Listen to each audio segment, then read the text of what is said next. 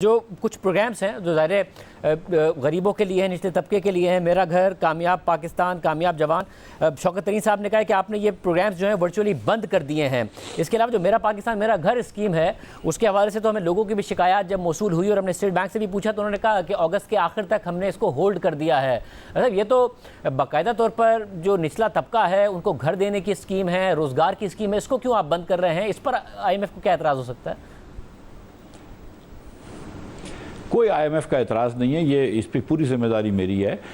देखें, एक तो ये कि माइक्रो लोन्स थे उसको कोई बंद नहीं किया, ना उसको रोका गया है, वो एकदम चल रहा है। कामयाब पाकिस्तान जो भी उसको बोलते थे वो बिल्कुल चल रहा है, उसके अंदर बिल्कुल नहीं रोका गया। ये माइक्रो फाइनेंस इंस्टीट्यूशंस लोन देती हैं लोगों को, और वो छोटे छोटे लोन्स होते हैं। उसके बाद दो और प्रोग्राम्स हैं। एक कामयाब जवान प्रोग्राम था जिसके अंदर हुकूमत जो है वो 1% पे बैंकों को लोन देती है और बैंक 9% पे उस नौजवान को लोन देते हैं, यानी कि बैंक को 8% का आर्बिट्राज मिल रहा है और half of the risk is borne by the government of Pakistan, default risk. तो मैं ये समझ रहा हूँ कि वो नौजवान को फ़ायदा हो ना हो, बैंक को माशाल्लाह बहुत फ़ायदा होगा। ऐसा लग रहा है जैसे किसी बैंकर ने बनाया हो प्रोग्राम बैंकरों के फ़ायदे के लिए। तो मैंने इसको प्रोग्राम को डिसकंटिन्यू नहीं करूँगा, मैं इसको ज़रा सा फिर से सोचूंगा। और स्टेट बैंक से ही मैंने गुजारिश करी कि 2 हफ्ते के अंदर अंदर मुझे रिपोर्ट दो, और इनफैक्ट वो दे चुके हैं कुछ उसकी रिपोर्ट, कि जिसके अंदर हम कम अज़ कम ये जो बैंकों को 8% आर्बिट्राज मिल रहा है without taking all the risk, इसके बारे में थोड़ी बातचीत करें। इसी तरह जो हाउसिंग का प्रोग्राम था, और मैंने भी देखी हैं हमारे बहनों की और भाइयों की टेपें जिसके वीडियो मैसेजेस, और वो बात एकदम उनकी दुरुस्त है।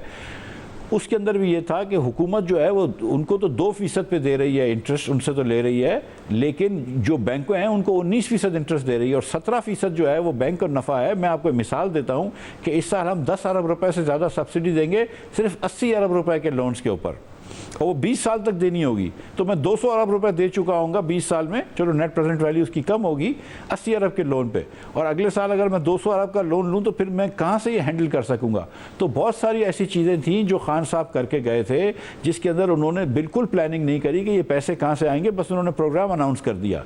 इसके अंदर भी बैंक को अगर 17% मिल रहा है तो कोई पूछने वाला तो होना चाहिए ना कि भाई आपको 17% मिल रहा है और आधा रिस्क तो आपका वर्ल्ड बैंक ने उठाया हुआ है, वो उसकी डिपॉजिट री इंश्योरेंस ने उठाया हुआ है। तो इसलिए हमने ये प्रोग्राम को होल्ड पे डाला है, ख़त्म नहीं किया। और ये जो कंप्लेन आ रही है कि एक्सपायर हो जाएगा, तो मैं एक्सपायर नहीं होने दूंगा। जाहिर है कि उसके जिनका लोन अप्रूव हो गया उनकी टर्म एक्सटेंड कर दूंगा। नहीं, जिनका अप्रूव हो गया बस उसका मसला ये आ रहा है जो शिकायत आ रही हैं, और आपने कहा, आपने खुद ने भी देखा है, जो शिकायत आवाम की आ रही है कि उनका लोन अप्रूव हुआ और उन्होंने उसके अगेंस्ट एक घर बुक करा के एडवांस दे दिया।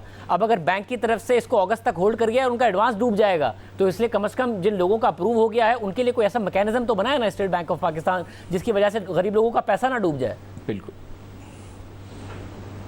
बिल्कुल आपकी बात दुरुस्त है, और ये 2 महीने जो है वो तो मैक्सिमम टाइम है।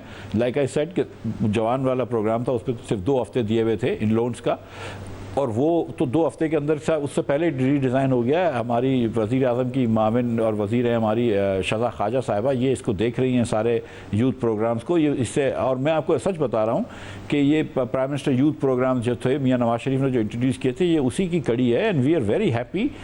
सबसे पहले ये यूथ प्रोग्राम हमने इंट्रोड्यूस किया था, तो हम इसको आगे लेके चलेंगे।